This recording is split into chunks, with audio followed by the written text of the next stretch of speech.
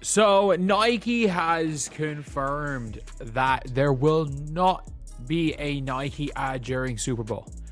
The expectation amongst a lot of people was that the Caitlin Clark shoes were going to be announced or leaked or something during Super Bowl. That being said, I don't think it's going to happen. Nike just confirmed something that's sending shockwaves through the WNBA world. No Super Bowl ad, no announcement, no Caitlin Clark signature shoe reveal during the biggest advertising moment of the year. And if you understand how Nike operates, you know exactly what this means. The shoe that was supposed to drop in early 2025 is now in limbo. The question isn't if it's delayed anymore. The question is how long this delay is going to last and what's really causing it. It is, it's one of those things where, when I come back to Caitlin Clark, where Caitlin Clark has just debuted a Kobe P. Like, she has another Kobe P. These ones probably have to release before Caitlin Clark's shoe gets released. Like, they wouldn't be. Like, she is the one debuting these. These are another Caitlin Clark Kobe P that she is advertising. There is no way that this PE is going to, like, they're going to release this PE randomly, a Caitlin Clark PE of a shoe after she has her signature shoe, or within a month of her signature shoe. Look at the timeline here.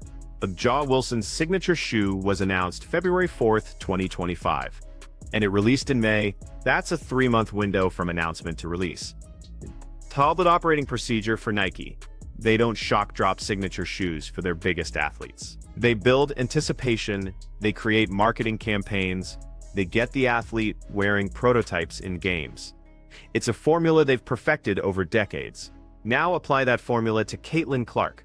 She's playing for Team USA in 5 weeks. March qualifiers against teams that, let's be honest, the US could beat by 40 points with a college roster. These games don't matter for qualification. Team USA is already in the World Cup. These are exhibition games designed to get the squad together and build chemistry. Perfect opportunity for a shoe debut, right? Except, here's the problem. If Nike follows their standard 3-month announcement to release window, they would need to announce the shoe right now. This week, and they're not. The Super Bowl would have been the perfect platform. 100 million viewers, the biggest advertising moment in American sports. And Nike is sitting it out completely. And obviously Nike not having a Super Bowl commercial, it does make sense. Because look, Nike aren't going to want to release a signature shoe for somebody if there's no season. It's as simple as that. Like, I think the shoe's ready. Whether or not there's a WNBA season, the shoe's going to be released at some stage. Like, the shoe is going to be absolutely released. There could be no WNBA and the shoe is going to be released. I don't know what they do in general. I really don't know what they're going to do in general if there's no WNBA, because, like, what are they going to do when it comes to Caitlin's signature, Paige, or not Paige, sorry, Jesus, Sabrina's signature, Age's signature. Like, you can't have 3 signature athletes for a league that doesn't exist. Instead, Caitlin just debuted another Kobe PE, another special edition of someone else's shoe with her name on it. And that tells you everything you need to know about Nike's internal timeline. They wouldn't have her promoting a Kobe colorway if her signature shoe was dropping in the next 30 days. That's not how you build hype for a signature line. You don't dilute your own product launch by having your athlete wear a different shoe right before the big reveal. Think about the strategy here.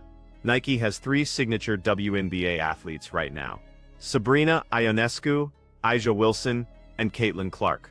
Sabrina's line is established. A'ja's shoe just launched. Caitlin's was supposed to be next. That's the natural progression. But now we're seeing Caitlin in Kobe PEs, while the other 2 are wearing their signatures. That's not a marketing strategy. That's a holding pattern. Like, months, I think, beforehand. I also want to check when the A'ja Wilson shoe was announced, because I have a video talking about it here, and I think it was announced in December or something. So, A'ja Wilson sneaker was announced on the 4th of February. Was announced on the 4th of February, and it released in May. I have a feeling that they probably planned on announcing the Caitlin Clark shoe at least somewhat time around now. However, it's just not probably just not feasible with the with everything that's been going on, with there potentially being no season and with a lot of other things. So yeah, and here's where it gets complicated. There's a potential WNBA strike looming. The Players Association and the league are in the middle of CBA negotiations, and if those talks break down, there might not be a 2025 season. Nike isn't going to launch a basketball shoe for a league that doesn't exist. They're not going to spend millions on marketing and production for an athlete who can't play games to showcase the product. This is different from the NBA lockout in LeBron, Durant, Kobe, they all had shoes released during that work stoppage, because the NBA is a global brand. Players were doing international tours, playing exhibition games overseas, maintaining visibility. The WNBA doesn't have that infrastructure. If the season gets canceled, these players disappear from public view. There's no international circuit for them to showcase products. No alternate platform to generate buzz. So Nike is stuck. They've got a signature shoe designed and ready to go. They've probably got inventory manufactured or at least in production. But they can't pull the trigger on the announcement because the entire foundation of the marketing campaign, the WNBA season itself, is uncertain. What do you guys think? Obviously, Nike won't return a Super Bowl 60 advertiser. A lot of people are like, oh, why would they pay the money to announce their shoe then? It's like, well, it's the most people in the world. It is the most people in the world, and like it makes, or not most people in the world, most people in America, which is, let's be real. Let's be real. If you are advertising something for basketball, America might as well be the world. It genuinely might as well be the world. And I hate to say it in a lot of situations, but from marketing, as I know from advertising dollars, the gap between CPMs in America and otherwise, unless you are going for the English market, it's America. You're English speaking, it's America, it might as well be the world. So yeah, what do you guys think? Now let's talk about what Nike originally planned. Early 2025 was the target. That's what they said publicly. Early 2025 could mean anything from January to April. But given the WNBA season starts in May, the logical launch window would be March or April. Build hype during the preseason. Have Caitlin wear them in training camp. Debut them in the season opener. Classic product launch strategy. The Super Bowl ad would have been the announcement. 30 seconds during the biggest game of the year to reveal the shoe, show Caitlin in action, drop a release date. Then spend the next 8 weeks building anticipation through social media, through influencer partnerships, through strategic leaks of colorways and design detail. By the time May rolled around, you'd have millions of people ready to buy. But that plan only works if there's a season to sell it around. Without games, without highlights, without Caitlin on national television every week, the entire marketing ecosystem collapses. Nike would be launching a basketball shoe in a vacuum. And that's not how you maximize return on investment for what's probably a $50 million signature line deal. Do you guys think Caitlin Clark's shoe is going to be released or announced anytime soon? I personally don't know. I don't know. My expectation was that she would be playing in her shoe in the Team USA games in March. That is a near certainty to not be happening. And maybe they do what they used to do in football. So if you guys don't know what they used to do in football, like in soccer, or if you're American, teams used to wear their like next season jersey on the last game of the current season. So like they would release the next season's jersey for sale in like July, but there would be like one game. There'd be like one game at the end of the season where they wear New Jersey. Maybe the shoe won't be announced. Maybe, you know what? Maybe Caitlin Clark will just shock drop the shoe, or shock announce the shoe. And I think that would be absolutely perfect. A perfect thing for Nike to do it. Here's the other factor nobody's talking about. Caitlin Clark is the biggest draw in women's basketball history.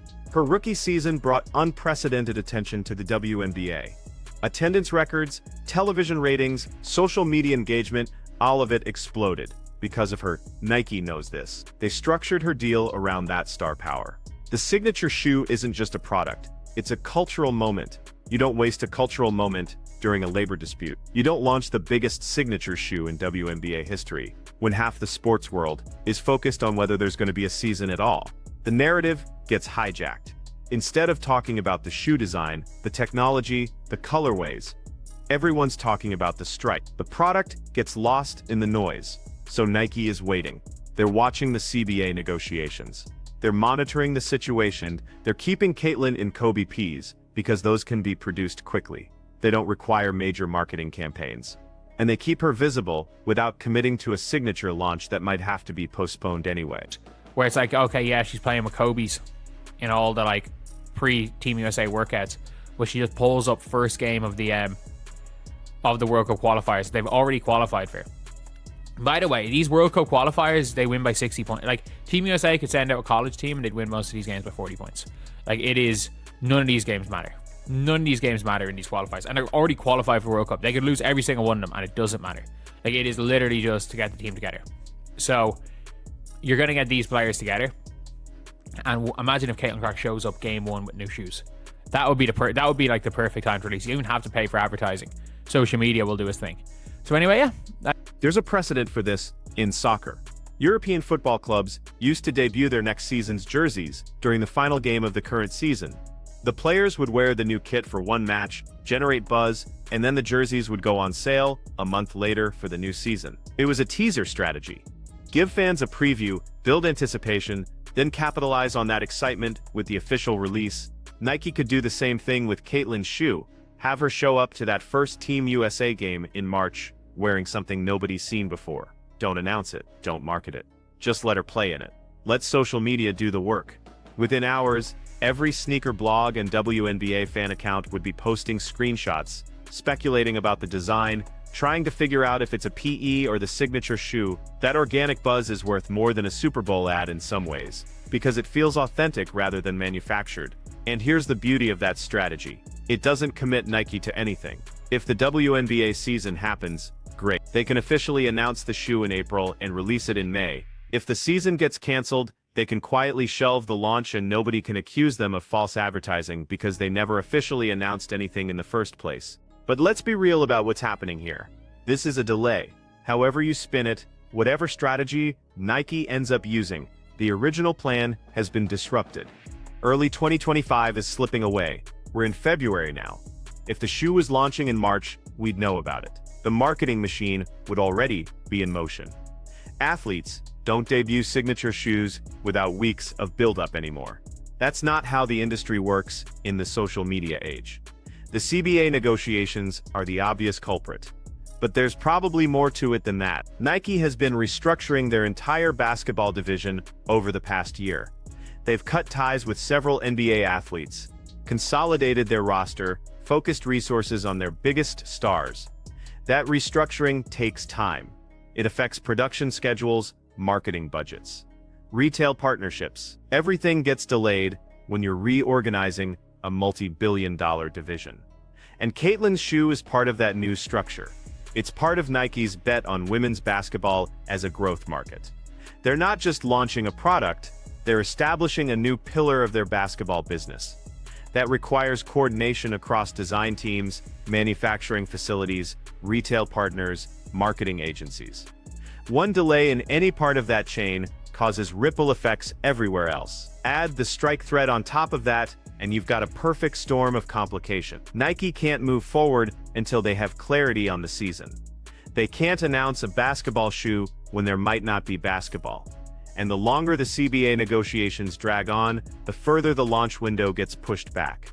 Here's what that means practically. If the CBA gets resolved in the next few weeks and the season is confirmed, Nike might be able to salvage a late spring launch, April or May release, just in time for the season opener. They'd compress the marketing timeline, do a faster rollout, but they could make it work. If negotiations extend into March or April, we're looking at a mid-season launch at best. The shoe drops in June or July. Caitlin wears it for the second half of the season. Not ideal because you lose the opening week hype, but still workable. The season is long enough that there's time to build momentum. But if there's no season at all, if the players strike and we don't see WNBA basketball in 2020, they'd have to completely redesign the marketing campaign, around a different timeline.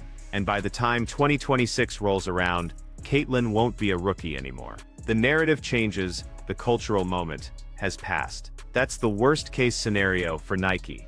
And it's looking more realistic every day. The players are serious about their demands. They want revenue sharing, they want better travel conditions, they want salaries that reflect the league's growth. The owners are pushing back because they claim the league still isn't profitable, despite the ratings increase. It's a legitimate negotiation with real stakes on both sides. And caught in the middle of all that is a signature shoe that was supposed to be a celebration. It was supposed to be the culmination of Caitlyn's historic rookie season. It was supposed to cement her status as the face of women's basketball. Instead, it's become a symbol of the league's instability. A reminder that even the WNBA's biggest star can't escape the business realities of professional sports. Nike has dealt with athlete controversies before. They've navigated injuries, scandals, performance slumps. But this is different. This isn't about one athlete. This is about an entire league's future being uncertain, and that uncertainty is paralyzing one of the most anticipated product launches in women's sports history. Watch what happens over the next month. If we see a CBA resolution, expect Nike to move fast. They'll announce the shoe immediately, compress the timeline, and get it to market before the season starts. But if we hit March and there's still no deal, start accepting that this shoe isn't coming in 20. Nike won't launch it without a season to support it. And that raises a bigger question about the WNBA's relationship with its corporate partners. If Nike is hesitating, what are other sponsors thinking? What about the broadcast partners who just signed new deals? What about the expansion teams that are supposed to start play in 20? The strike threat isn't just affecting this season. It's creating uncertainty that ripples through every business relationship the league has. Caitlin Clark's signature shoe was supposed to be proof that women's basketball had arrived, that it was stable enough, popular enough, profitable enough to support the same kind of athlete endorsement ecosystem that the NBA has. Instead, it's becoming evidence that the WNBA still has fundamental structural issues to resolve before it can truly compete at that level. So where does this leave us? Nike is silent. Caitlyn is wearing Kobe PEs. The CBA negotiations continue with no resolution in sight, and the most anticipated signature shoe in WNBA history sits in limbo, waiting for clarity that might not come for months. The shoe will eventually release. Nike has too much invested to cancel it completely. But when it releases, and how it releases, and what story it tells when it finally does hit the market, all of that depends on what happens in these CBA negotiations over the next few weeks. The players hold the leverage, the owners hold the purse strings, and Nike is watching from the sidelines, waiting to see if there's going to be a league left to sell shoes to. If you're a Caitlin Clark fan, hoping to buy her signature shoe this spring, start preparing for disappointment. If you're a sneaker collector who is planning to camp out for the release, you might be waiting a lot longer than you thought. And if you're Nike, watching millions of dollars in potential revenue hang in the balance of a labor negotiation you have no control over, you're probably regretting that early 2020. Launch the shoe regardless of the strike and hope for the best. Wait until there's complete clarity, even if that means a year-long delay. Try the soft launch strategy during Team USA games and see how it plays out. Drop your take in the comments, because this situation is unprecedented and there's no obvious right answer.